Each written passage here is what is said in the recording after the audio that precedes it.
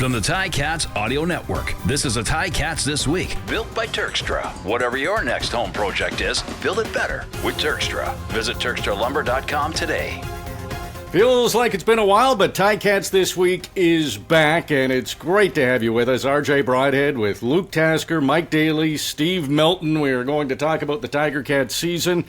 We now know, with 2 games left in the regular season, there will not be playoffs this year, but I was at a Ticats event a week ago, last Tuesday, and I was talking to some of the players and some of the fans, and everybody kind of had a feeling that there was something special happening and that things would work out, especially coming off that loss against Winnipeg at home. And the Bombers played so great that the Bombers going home to play the Argos that, Winnipeg's going to win that game. 11 points. They scored 11 points. I couldn't believe it. I was shocked. Good for the Argos getting the win. Give them credit walking into Winnipeg, but was anybody else totally surprised at a 14-11 Toronto win in Winnipeg? And the Bombers have something to play for. They're still battling for top spot in the West. Yeah, I certainly was. Sorry, Steve. That run game with Winnipeg, to only put that many points up, and for the Argonauts, we say Winnipeg's still playing for something, and they definitely are. That's a huge advantage to have that bye week, but. The Argos, they're playing. They were still playing for at that time, to even get into the postseason, and so good on them. And it is surprising to me after what we saw Winnipeg at Tim Hortons Field, to have only been able to put up 11 points, and that's against a team that the Ticats had success against this year. So. Funny way for the season to come to an end, or at least for the end to be in sight now for Hamilton.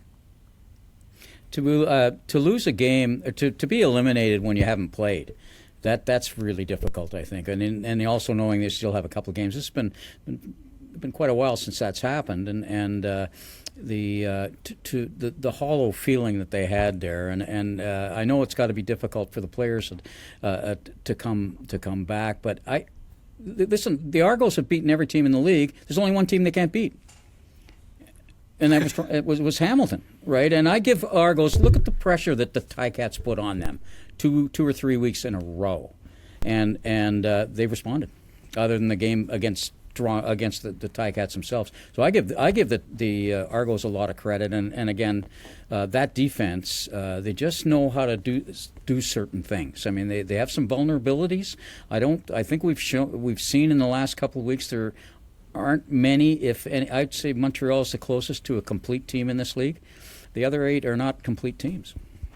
And Steve, I'm right there with you. I do believe this league is a matchup-based league where Hamilton versus the Argos, Hamilton can pass the ball so well and take advantage of that back end of the Argos, but where the Argos defense has made their hay is stopping the run, and what they are effective at is doing just so, and we saw that against Winnipeg. So I do believe it's a matchup-based thing, and I think the Argos match up better with Winnipeg than what Ticats would have.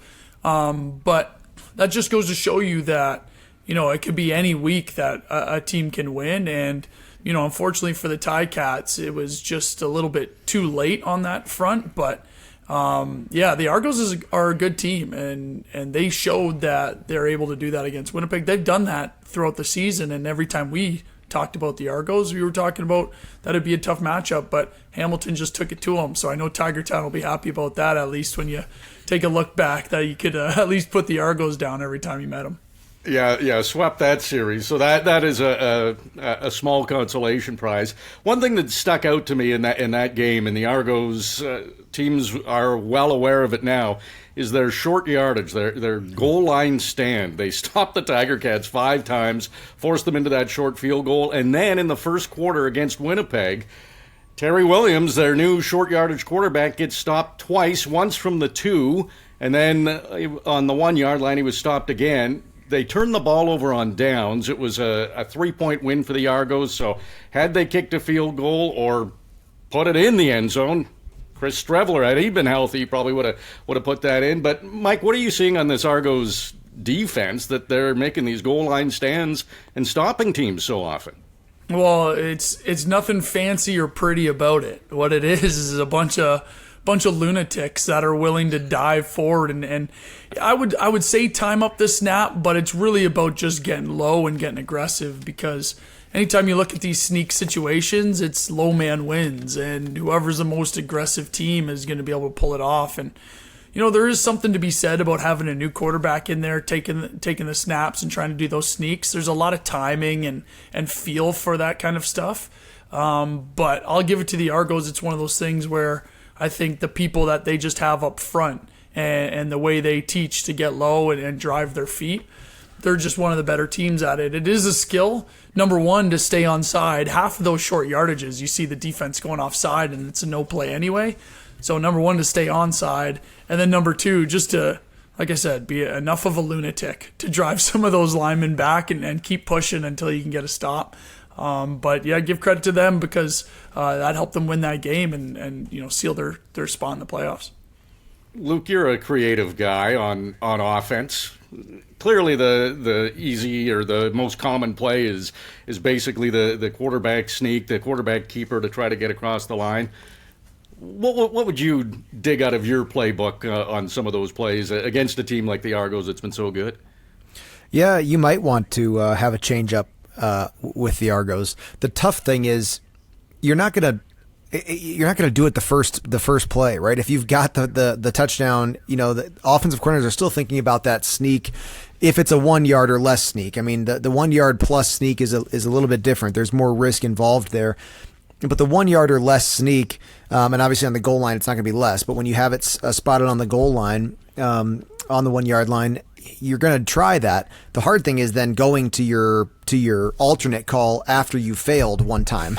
That's a real interesting decision to make, and I don't think you don't see it happen very frequently with the Ticats and with Winnipeg.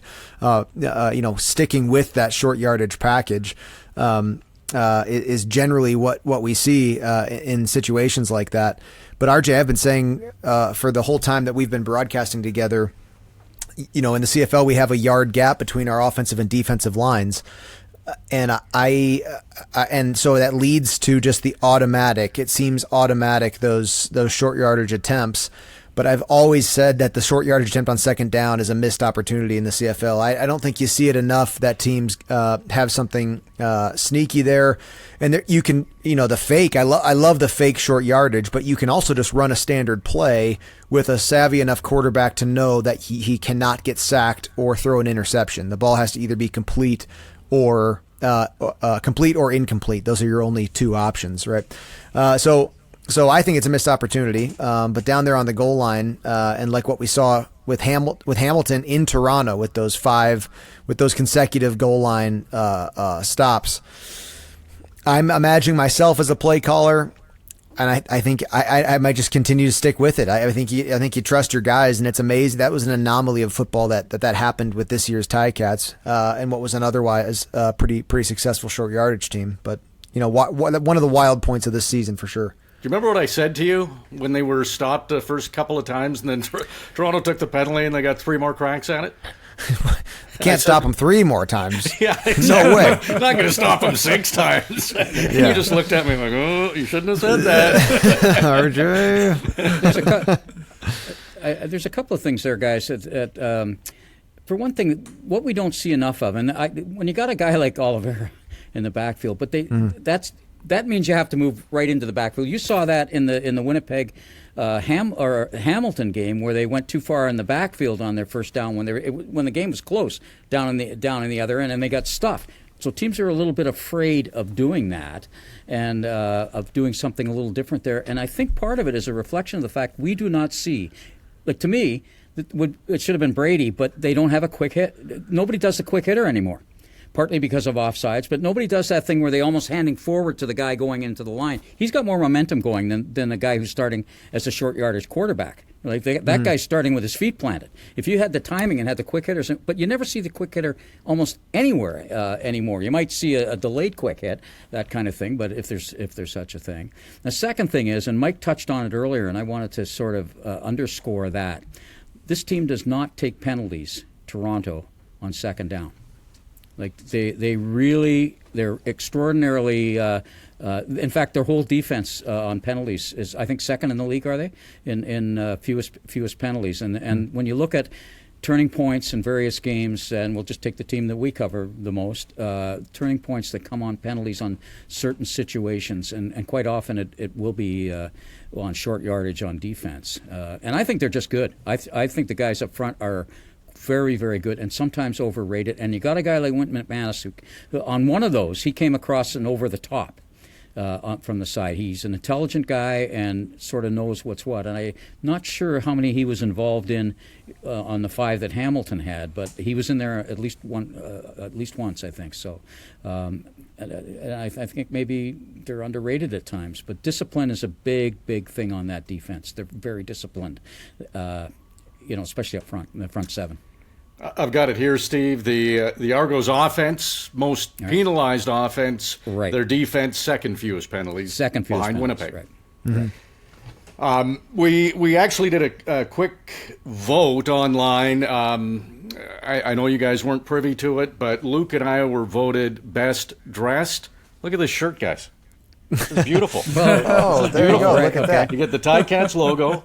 Hamilton Tiger Cats, established 1869. It's long sleeves. Luke, have you tried this? Gets a little warm. You can roll these things right up. Rolling my sleeves Right up. You see that, guys? Adjustable. Yeah. You can get these shirts. These shirts are available at the Ticats shop at Tim Hortons Field or at shop.ticats.ca. They're $30, and $5 from each of these shirts sold it'll be donated to the Kemp Care Network. So you want to be one of the sharp-dressed Ticats Audio Network-looking guys. It's not thick. It's a great shirt for this time of year. Yep, adjustable sleeves. They go up and down. It's wonderful. Well, you're looking good, Luke. I think that shirt looks terrific on you. You as well. Slimming black. Yeah, exactly. All right, so here we are. Best case scenario, 8-10 season. Mike, where do you think the Ticats missed the playoffs this year? Where did it slide on them? Yeah, I think the beginning of the season. It's you can look back at it and say, okay, there was a big change when Chris Jones came in. I feel we all felt that's where the Ticats started to turn, especially with that Winnipeg game. That was a pretty big turn. When you put yourself in a hole like that, it's so hard, right? You can talk about it, game to game like we usually do. If you start slow in the first quarter or the first and second quarter, it's too hard to come back, right? Same thing as the season. It's, when you say it doesn't start till after Labor Day, well, if you put yourself in the hole too much, then it definitely starts before Labor Day. So it's unfortunate because we talked about it, these last few weeks is how good the Ticats have been. Hottest team, best team in the league, whatever you want to say.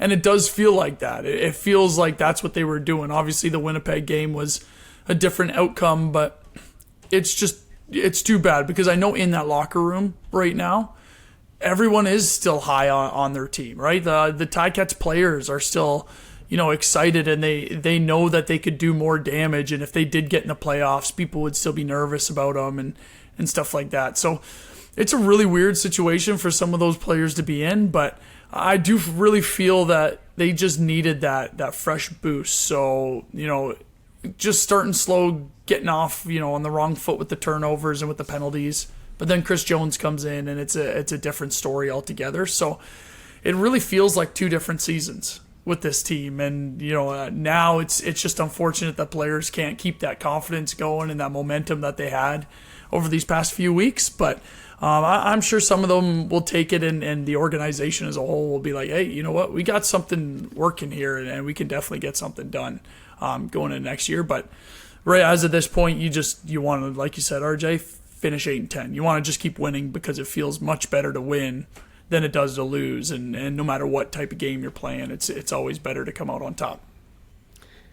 You want to jump in on that, Steve, where the playoffs were lost because they were great down the stretch, made it exciting for everybody right into these final two games.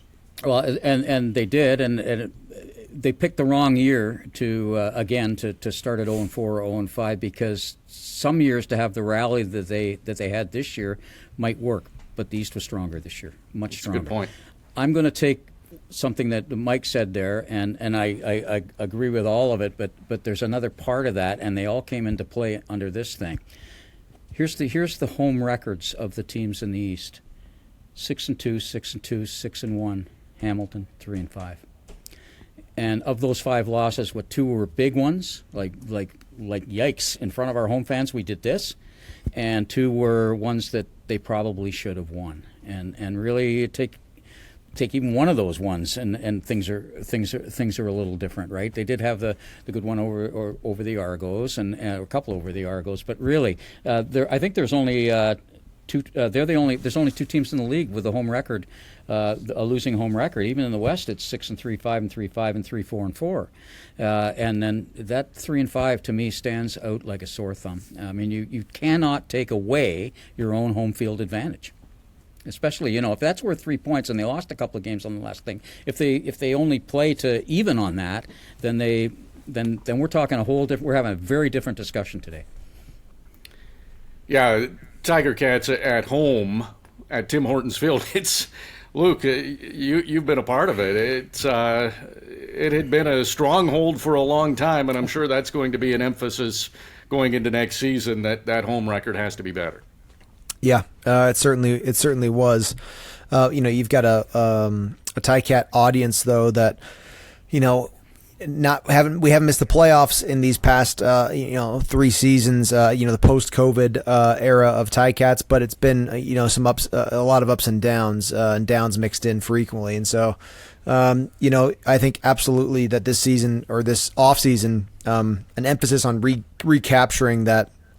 The Tim Hortons Field being a very challenging place for opponents to come into play, but it's a chicken and egg thing. I mean, is it success first, and then that starts to build, or do you need that and then the success starts to build? So, we'll see, but not quite there, yet as far as off-season mindset to me, and I'm sure with this coaching staff and players too.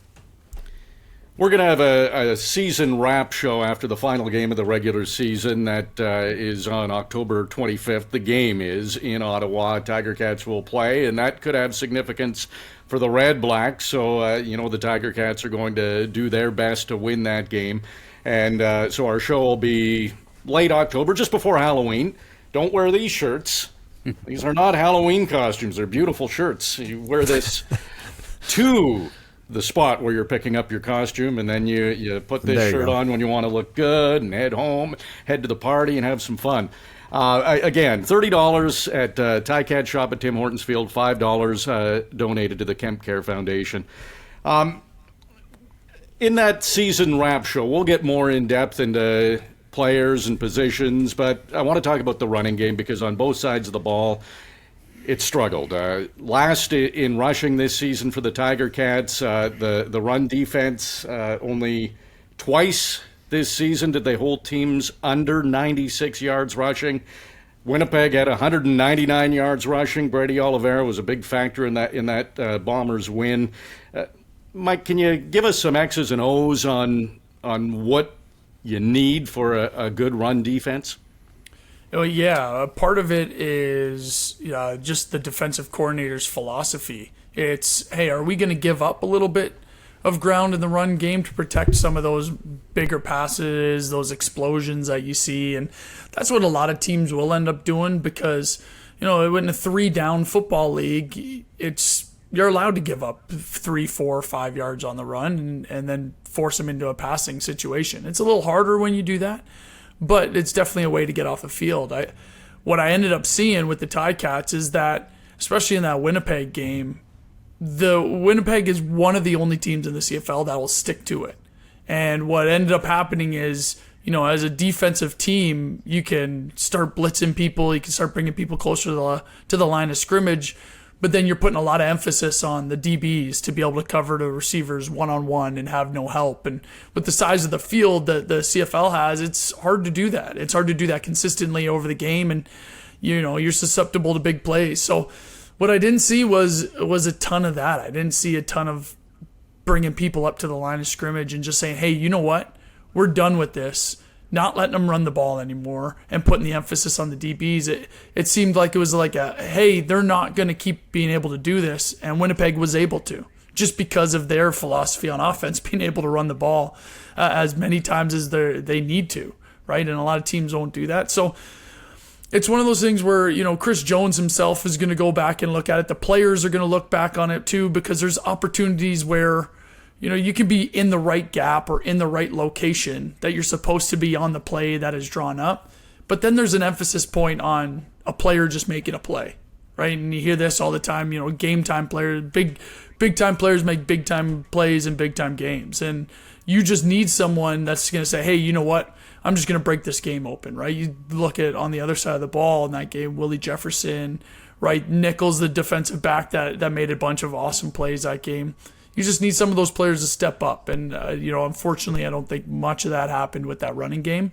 So it'll be an emphasis point. You decide to slam everybody at the line of scrimmage, or another thing is you just have those linebackers be 1 year more experienced as well. So it's a tough one to wrap your head around, but if you're gonna come back as the Ticats defense next season, you're gonna have to figure that out, because that was a big hole, at least for what the defense that we saw was more improved. The run game still needs to get a little more improved. On the offensive side, Luke, Ticats rushed the ball the fewest times this season, so not a surprise they're last in rushing yards. But in your experience, what makes a good rushing offense? What's the key? Well, it starts with the offensive line, and this was a good group of offensive linemen. Fewest sacks at one point. I think we still may be at the top of the sacks, meaning best, fewest allowed offensively. For most of the season, they were right there, and that is interesting to me, because there was games where we had very, very limited success in the ground game. Now, there was some back and forth throughout the whole year at the running back position, and I don't know what that's going to look like going forward. But consistency helps. Consistency both in the backfield and on the offensive line. It's huge. All those passing yards that we had, it's such a frustration to see that with all the passing yards, you have receivers nearing 1,000 yards a few times over here, and it didn't turn into wins. That's a frustration. And you just think about the times that drives ended because of a turnover, or ended, after having driven the field, earning all those yards. Drives ending for one reason or another. Mike, I hear you kind of talking about that defensive sort of all-star type of player, maybe what Jamal Peters was for this defense this year, who can at times make a decision to change the game. You need those guys on all sides of the ball. You need just that unconquerable spirit that sometimes of an athlete that just decides to be the difference. That's what those short yardage stops are, in my opinion. That's just guys. Those big front four guys for the Argonauts, and that the big personnel group there for a short yardage. That's those guys deciding to not get beat on that play. And on the offense for Hamilton, we saw flashes of greatness across the board. That run game, I think, needs some consistency that can grow as a unit. I think, RJ, as we watched, for instance, Brady Oliveira, in the Winnipeg run game, to me, that ball in the backfield is just so much more efficient than you see from other teams in the league, including the Ticats. The Blue Bombers run game, that the ball is through the line with just such great timing, with the offensive linemen setting up their blocks. The wide receivers adding into that blocking effort for the run game. There's just a really great timing there.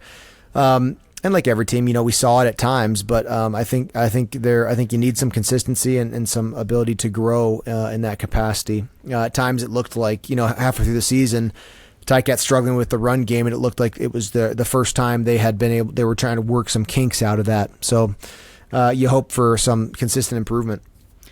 These shirts say Tiger Cats established in 1869. I know you haven't been around for all those years, Steve, but you are historian. You are a historian of the team.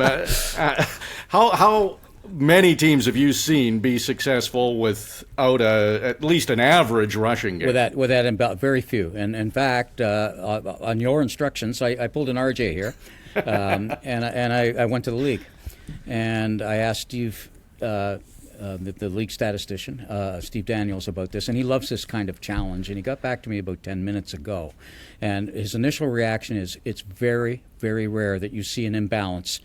A team doing really well get a number of wins with an imbalance of that far of an imbalance where you're first, and when you can be so far ahead in passing and so far ahead. It very rarely happens. But he did point out there have been a couple of exceptions to that, and they've both been in the last couple of years. But again, he emphasized it's very, very rare that you see this. And even last year, like BC, who went on to win 12 games last year, they were dead last in the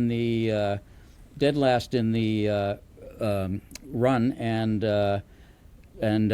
second in passing as well. And I forget who was first. BC or Winnipeg might have been. So they're either first or second in there, and dead last in passing. And then even Toronto, which is why they made a change at running back when they had AJ Willett. They didn't get much out of the running game that year in 2022. I think they were. I'll just have to look at my notes here. First in the East, and they were passing. They were second in the league, but dead last overall in rushing. But that's almost the exceptions that prove the rule. You really have to have that balance, especially since somewhere along the line you're going to have to play some games in the cold. And I think that's why you saw kind of you've always seen the Western teams have those really good running backs, because they know, unless BC, they're always playing in BC, which very rarely happens. You're going to be playing in some cold weather. You're going to be playing in some cold weather in the East, unless you happen to be. Really, that's it. I mean, you are going to play in some cold weather, and you better have that game, because you can't just pick it up in November. You have to have had it worked on, as both of our former players have said. You've got to develop that throughout the year, and way too few flashes of that on the Tiger Cats this year. There were some moments that Butler had two really, really, really good games. Bell had a couple in there as well, but on the most part it wasn't consistent, and you have to develop it along with your offensive line and all of those types of timings. So I would say this is you're not going to, percentage-wise, have a 10, 12 win season unless you have a little more balanced run, because it sets up all the other things as well. I mean, it sets up play action. And to be more impressed, I guess, with Bo Levi Mitchell, because defenses knew that, right? They knew it. And so they definitely sat there and said, hey, you know what? We're going to force this team to run the ball, and we're going to protect the passing game. And they still managed to put up those kind of yards. So it's just one of those things where when you're throwing the ball, you're relying on one guy to play a really, really good game. And Bo had some of those really good games, but when he doesn't, which is going to happen to every single player, I've said this all the time, it's going to happen to every single player at some point, that you're not going to have an all-star type game. And when that doesn't happen, it's on one guy if you're focused on the pass a little too much. But it's impressive that he was able to do that, and that this team was able to do that against, defenses are like, hey, Ticats are going to pass 40 times a game. We're ready for it. When did they have their best three games in that 4-game winning streak, were the final three when they had to establish Bell as some kind of threat? Mm-hmm. I mean, they were, I wouldn't say unbeatable, but as RJ was saying, the best team in the league at that moment. Oh yeah. I was those three games, but they had leads too. That makes a difference when they you're playing had from leads, behind. That's for sure. But they were setting up play action, which is, they're not as much an RPO team as they are play action, in my mind. And you unless you're handing that ball off and having a decent success with it, which they did in those I'd say the last three games of the 4-game winning streak, I felt that that's when they were the most complete team. I'm going to spring one on you here, guys, because speaking of Bo and the season he's had, he's at 4,576 passing yards. There hasn't been a 5,000-yard passer in the league since 2018, when there were 5 of them. Bo was one of them. Masoli was another. Mike Riley and Trevor Harris, 4 of them in 2018. So is Bo going to be the first 5,000-yard passer since 2018, Luke? What do you think? Needs 424 yards in 2 games. We don't know what the depth charts are going to be and if the Ticats are going to try a few things, but that's a pretty good milestone to get to. You got to give them a chance, don't you? It'd be great, and it almost seems to me like maybe the biggest incentive to do that, to play for that, because there's some reasons why that might not happen. Notably, you've got some other quarterbacks that you probably want to see play a little bit, and I don't know what Scott Milanovich's flavor for that will be, and or appetite for that would be. I'll say, but I doubt that Bo's just going to go play 8 quarters to finish this season. So that's going to be one problem there, and the other problem is we've just talked about how there might be some work in the run game to be done. So you have 2 games left to try to work some things out there and to try some guys in different spots. So I think that'll probably be a hard milestone for Bo to hit, unfortunately, with only 2 games left to play. I don't think it is hard to hit, actually. I think it'll happen because those are pretty average games for him, those number of yards. It's just how much playing time does he get. And Scott Milanovich said on Tuesday that he wanted to he's not sure. He's not counting minutes. He'd like to see all the guys get the milestone, including the 3 guys that have a shot at 1,000 yards. It would just be the second time since you were on the first one, right, Luke? So that's part of it. And he said he thought that Taylor deserved a chance to play, but he hadn't made his mind up yet on how they're going to use. And Taylor did take some snaps with the A team on both first days of practice. So my guess is you might see him in there, and it would be. He said he's not going to count the yards. He's not going to sit there and count. Oh, geez, Dunbar only needs another 83, and he's on there. But he'd like to see those guys make the milestones. It'll depend on winning the game, and winning these 2 games seems to be the most, by far, important thought on his mind for all the reasons we talked about earlier. To go into momentum, he's mentioned it 2 or 3 times this week already. Go into next year with some kind of momentum, because there are actually quite a few players on this team coming back, given the era that we're in of free agency. Given the era. There are quite a few guys under contract for next year. I mean, they'll be challenged. They'll bring in people to challenge them. But so he wants them to have that momentum for themselves in the offseason and feel positive about it. So I think in the fact that they're trying to win games, Bo is going to get that 5,000. What do you think, Mike? Do you think he'll get it? Well, I'll if in the contract it says that he gets paid, or the receivers get paid for hitting those yardage. GM. Oh, boy. Milanovich might not be counting the yards, but I can promise you some of those receivers will be, and they'll be coming to him and saying, "Hey, coach, I'm 50 yards away. Hey, coach, I'm 70 yards away." And knowing the situation and just trying to get some people some more money in that, at the end of the season. That'll definitely happen. It'll definitely be an emphasis point. To Luke and Steve's point also is, they're pretty high on Taylor Powell. We know that, right? And Bo Levi was able to come back and do some good things, but there's nothing like game time experience. So if they think Taylor Powell is going to be around long term, and they know Bo isn't going to play, 10 more years or 5 more years even. He's getting pretty old. So not that he showed it, but they know that they'll have to develop some of those quarterbacks that are behind Bo. And, I think it'll be hard for Bo to get those yardages. But I do think you'll see those receivers staying in there and making sure that they hit their milestones. But, yeah, that'll definitely be a conversation point this week, into next week, and next game. It always is. That's the insight and honesty you only get on Ticats this week. We all kind of know that happens. It's just nice to know that it happens. So thank you for that, Mike. We'll do I get a roll-up sleeve shirt now because of that? For $30 at the Ticat store, where yes, can I get them, you can RJ? have one. Well, yeah, go to the Ticat shop at Tim Hortons Field. Go to shop.ticats.ca. $5 will go to the Kemp Care Network, and they're just, this time of year, it's perfect. You got the long sleeves if you need it. You roll it up. It's T-shirt material. It's fantastic. You got the great logo on it, and it's the gold around the lettering. You notice that, Luke? It's that beautiful gold color, the black and gold. It's not the yellow. It's the gold. It's pretty sharp looking.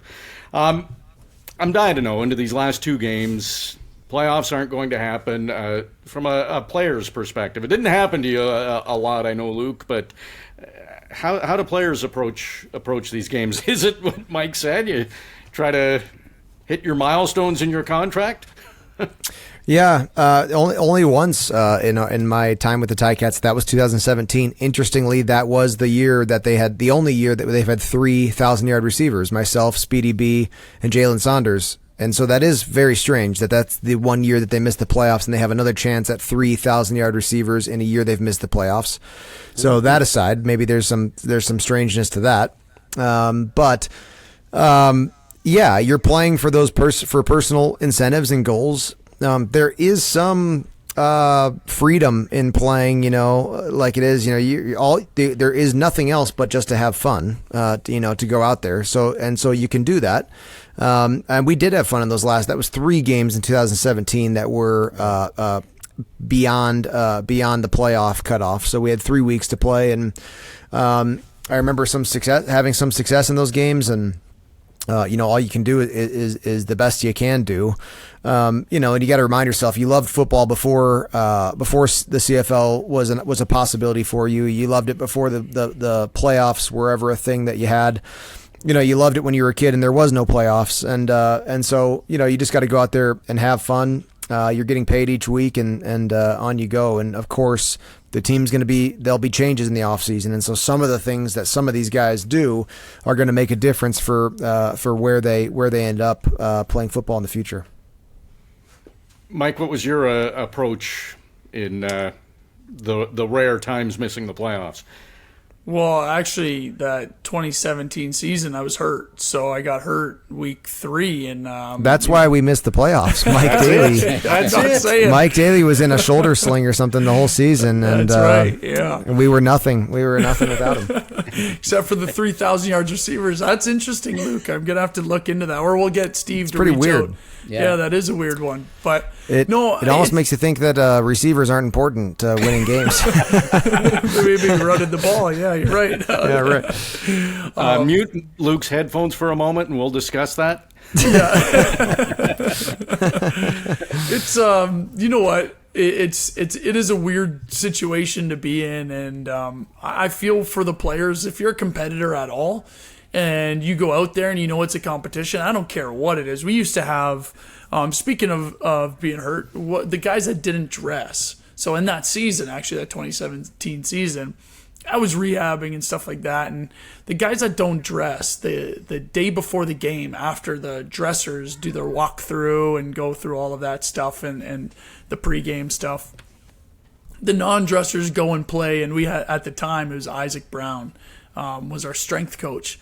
And we used to play handball on the field. And I'll tell you what, it doesn't matter. You put a group of competitive people together, it doesn't matter if you're getting paid for it. It doesn't matter what sport you're playing. It doesn't matter what the rules are. It is as competitive as you can be. So I could, when you go into these games that might not mean something, right? It's going to be just like those walk-through handball days where everyone's like, hey, take it easy. Make sure you don't go too hard. Next thing you know, guys are sweating buckets and running around and taking shots on trying to win the game any way possible. So no matter if they're in the playoffs or they're not, every single player is going to go out there as a competitor. You can't play this game 50%. You can't play this game 85%. You got to play it 100%, and that's what these guys are going to go do. They'll just have, like Luke said, have some fun with it, right? It'll be a little less pressure to make sure that every single play matters, because at the end of the day, the win is important, yeah, but you're not putting your team's playoff lives in jeopardy. So it is fun to kind of let loose that way. I'll amplify that just a little bit. And I've talked about this a couple of times earlier this year. You guys know about this, that maybe the fans don't, that in the players, it's kind of a lounge just outside of where it's actually part of the players' little domicile. There's a ping pong table. And the viciousness with which that game is played, and we're actually gonna film it one day, and offer prizes for the winner, because that'll even up the ante. But and they were doing it again today. I mean, it's a team that's been eliminated from the playoffs, and this thing, they were like spectacularly. I thought it looked like the Olympics. that were playing Now- for it. It looked like the ping pong finals in the Olympics. Steve, now you're talking to the OG of that ping pong table that was in the center of all of those competitions at the top of the leaderboard, and it's not me. It's Luke. Luke was unbelievable at Wow. ping pong up there with him, twos. Who else was it? Luke. Matt Coates was pretty good. Matt Coates was good. Andy Fantuz and I had a legendary ping pong battle. We at one point we had it in the back hallway of like behind the training room, closest to the field, actually, kind of near the equipment room. We had it back there. Andy, Ticats Audio Network alumni, along with a Ticats alumni, he and I had some great ping pong games, but we were part of the group that got the table in the first place, actually, too. We Oh, really?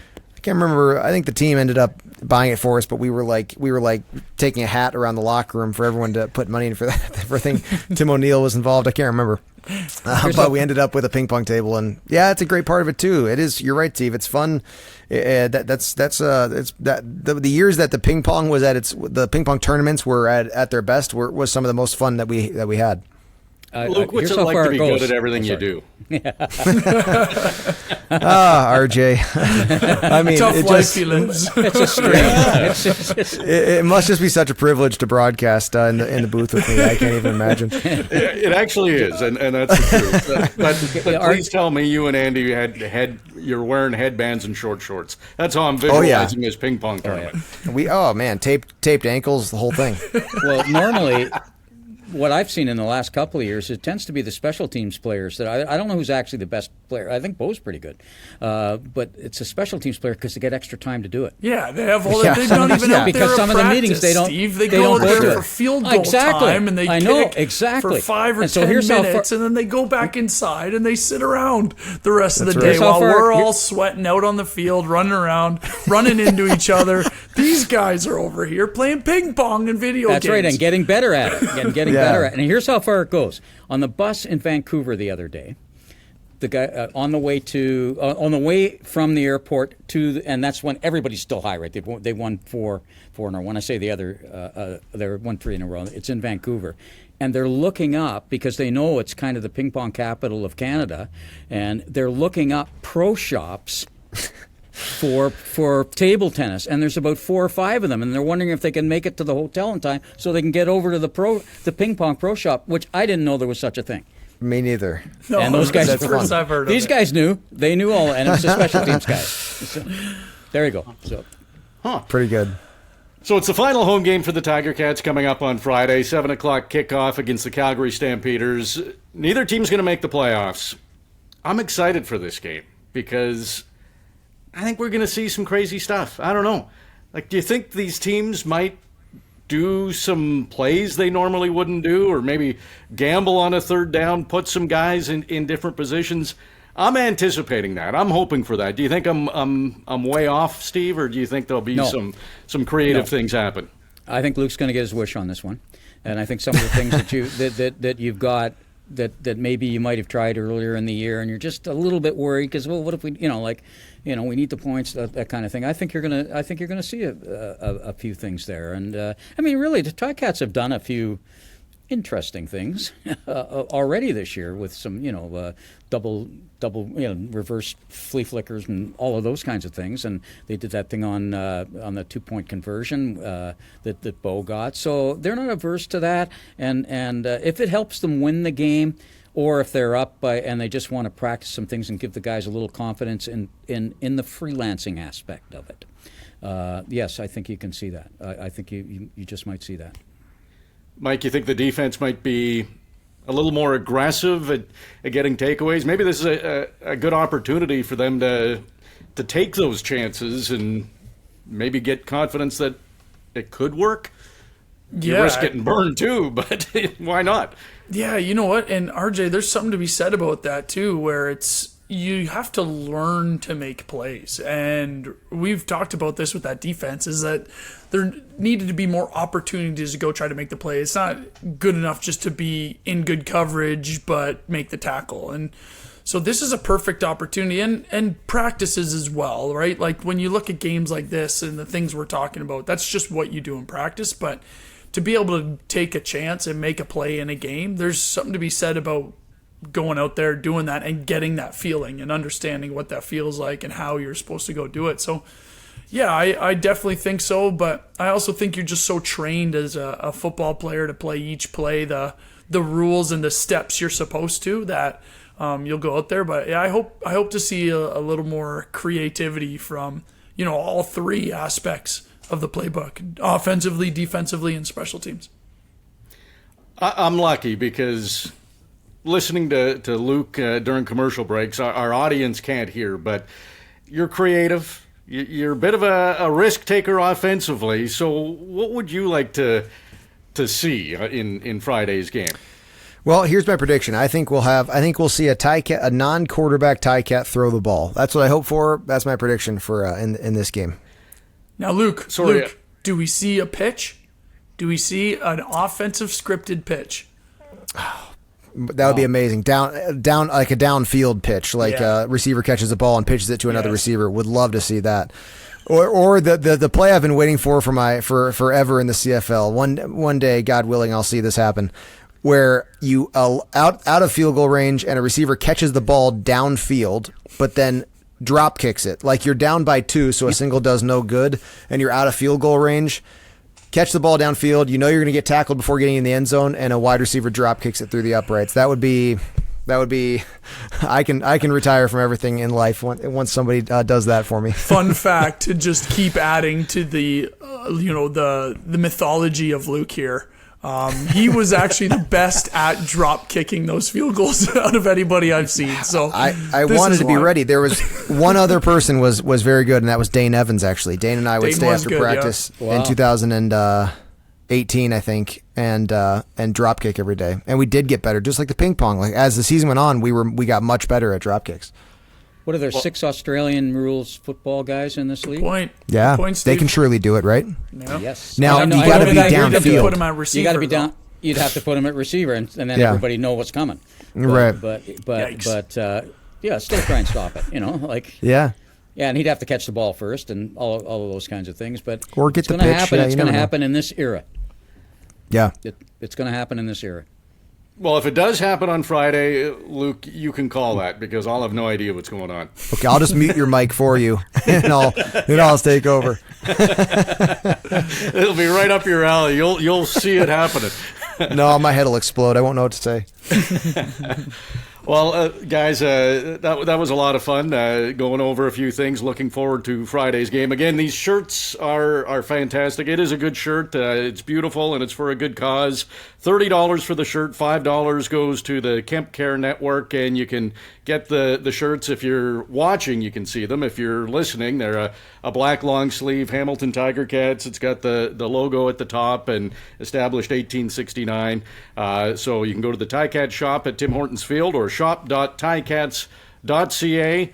Steve Milton, Mike Daly, Luke Tasker, I'm RJ Broadhead. The final home game of the season. Come out and support your Tiger Cats. Youngest team in the league this year. A lot of rookies. Got some valuable experience, and you just know 2025 is going to be a good one for the Ticats, and they will finish strong. So looking forward to Friday's game, 6 o'clock pregame with Mike and Bubba O'Neill, and Luke and I have the call at 7 o'clock on ticats.ca/listen. Thanks for listening and watching to Ticats This Week.